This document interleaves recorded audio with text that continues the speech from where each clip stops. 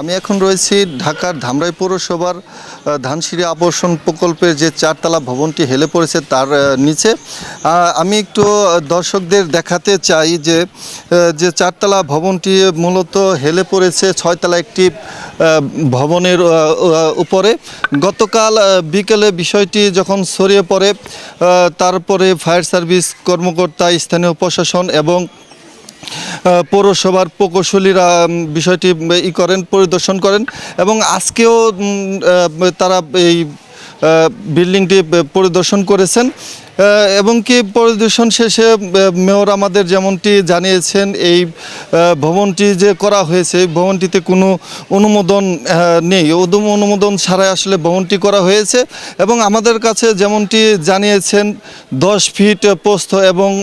40 fit দৈর্ঘ্যের যে রাস্তাটি ছিল, এই রাস্তাটির মধ্যে আসলে এই চারতলার ভবনটি গড়ে উঠেছে এবং কি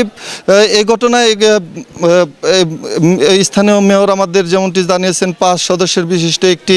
তদন্ত কমিটি গঠন করা হয়েছে। আগামী 5 কর্মদিবসের পর এই তদন্ত কমিটি তার সিদ্ধান্ত দেওয়ার পরে আসলে ভবনটি থাকবে কি থাকবে না তা সিদ্ধান্ত নেওয়া হবে।